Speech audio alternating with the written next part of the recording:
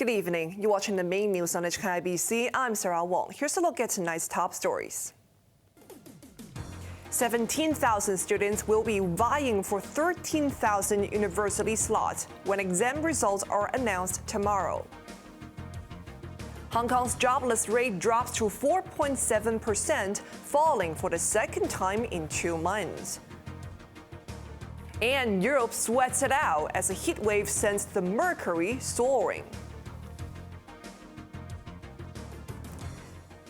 There are 8 top scorers in this year's university entrance exam. The number of candidates was a record low, but about 17,000 of them qualified for the 13,000 places on offer at local universities. Janice Low reports.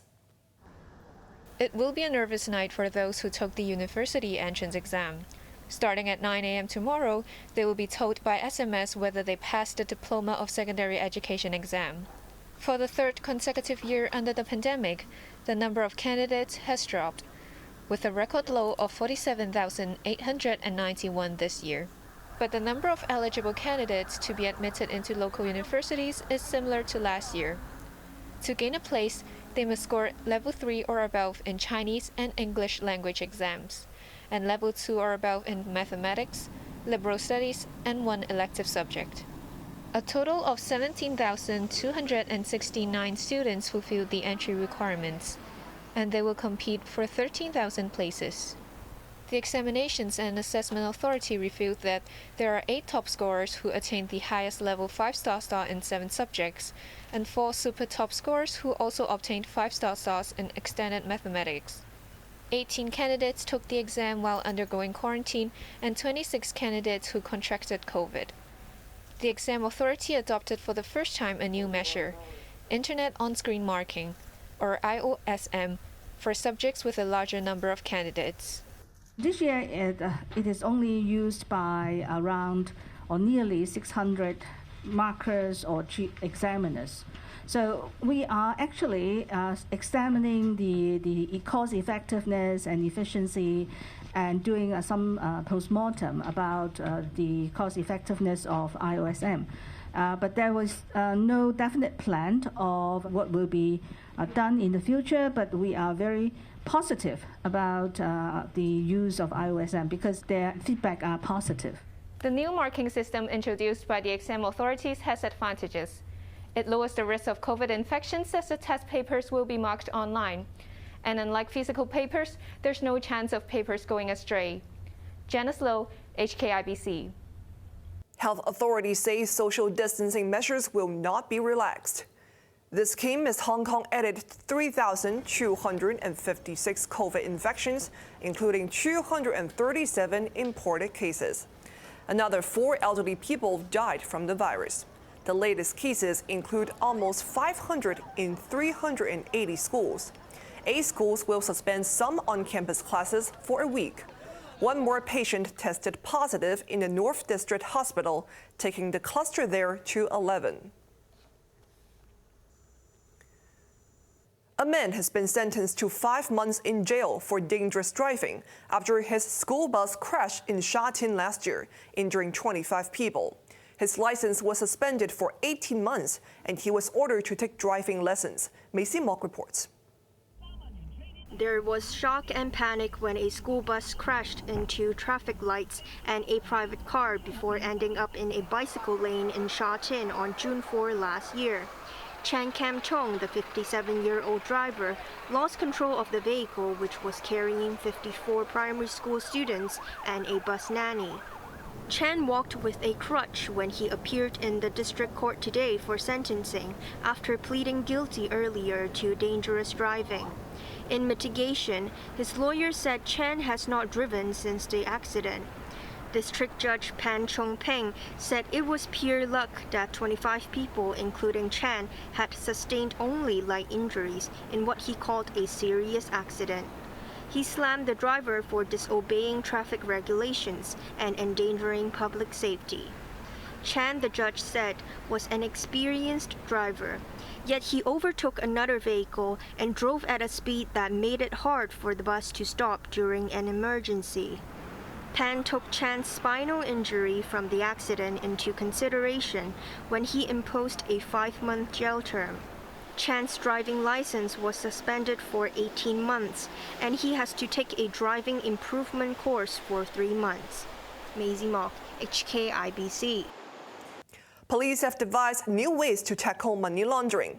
This came after they noticed a recent trend of syndicates borrowing people's bank accounts. We use decoy operation to actively approach the suspects from the social media platform who solicits the public to sell their accounts or to lend out their bank accounts for money laundering purpose. We will also have other publicity events such as the anti-money laundering months. We will have promotion items such as maybe a video, and also inform the public to not lend out their accounts to some unknown persons. In the latest operation, officers arrested 10 men aged between 21 and 31 for inciting others to commit money laundering. Chief Inspector Chang said those who provided their bank account details received at least $1,000 in return. Another person has been arrested for allegedly sending strange messages on TVB's mobile app. Police arrested a 19-year-old man in Sao Mau Ping on suspicion of accessing a computer with dishonest intent. He was released on bail.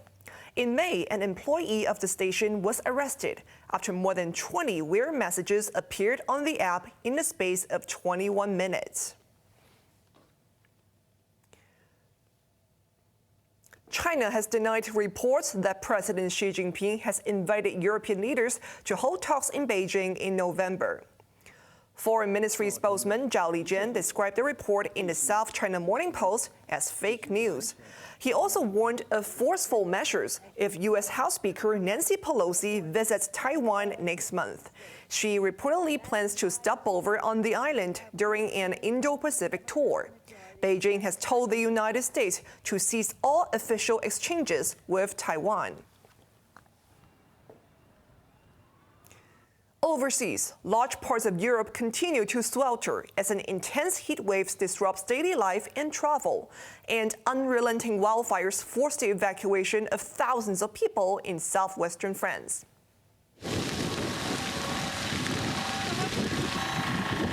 Hundreds of firefighters toiled under sizzling temperatures as the French region of Gironde turned into an inferno. Fast-spreading flames tore through the picturesque vineyards and wine cellars, with meteorologists warning of a heat apocalypse. Thousands of residents in southwestern France were told to evacuate after the blazes torched 11,000 hectares of land. Nor did the capital, Paris, escape the sweltering heat, as tourists and their pets were desperate to cool down. A lot of water, constantly drinking and very dried up. At the end of the day, even the hands are really, really warm. I try to find shadows also here in Paris, but you can barely find them also, which is really hard. France is among several European countries experiencing a ferocious heat spell, with swirling winds fanning wildfires from Morocco to Greece. The Netherlands recorded its hottest day of the year, with the mercury hitting 33.6 degrees Celsius and heading towards 40 degrees in Belgium and Germany. Britain is enduring an unprecedented red warning for extreme heat that authorities said posed a risk to life. The dry, hot weather also disrupted travel, as flights at London's Luton Airport were suspended after part of the runway melted. Scientists warn that the extreme conditions will become more frequent and intense because of climate change. A gate crasher has sent shockwaves at a wedding reception in Hawaii. It wasn't a person, but a massive wall of water. People watched as the giant wave picked up from afar, started rolling towards the venue, and finally hit, knocking down tables and chairs. Towering waves has been spotted across the south shores of Hawaii. Experts say they're some of the highest in recent years and come from a combination of swells and rising sea levels.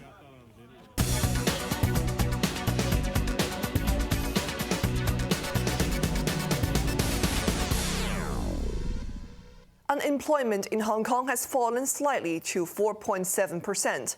Labour Chief Chris Swin believes the drop is linked to the continued easing of social distancing measures. Wen Wong reports.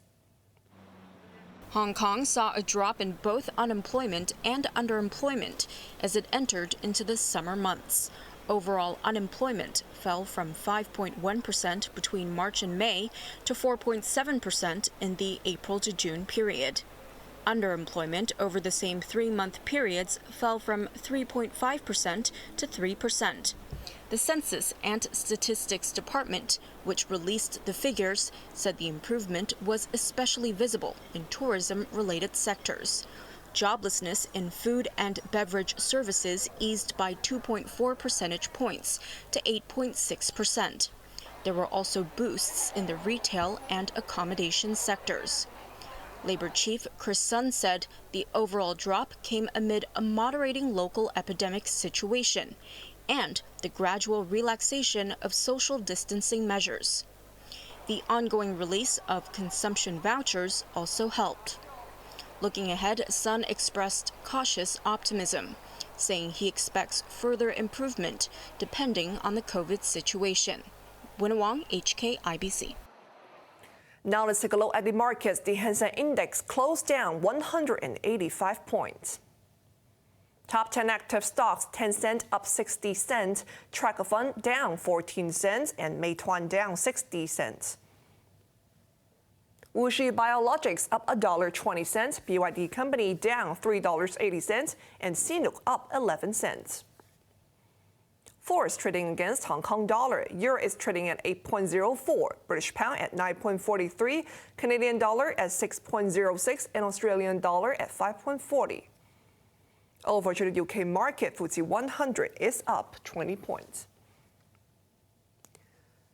Mainland regulators will reportedly fine ride-hailing firm Didi $1 billion to end a cybersecurity practices probe. According to the Wall Street Journal, this will pave the way for Didi to get its business back on track. That includes ending a ban on obtaining new customers and restarting its listing in Hong Kong.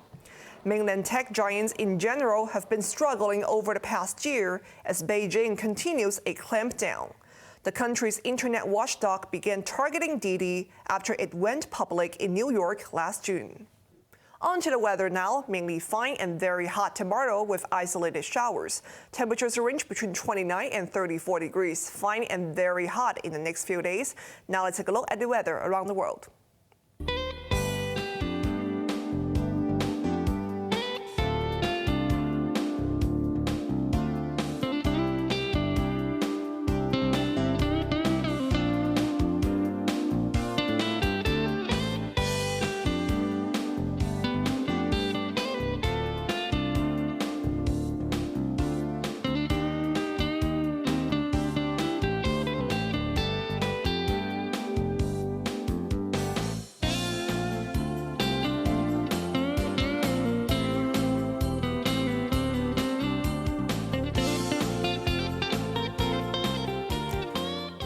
That's our main news for Tuesday night. Join us for updates at 11. I'm Sarah Wong. It's been a true privilege to bring you news every night. Thanks for stopping by. Good night.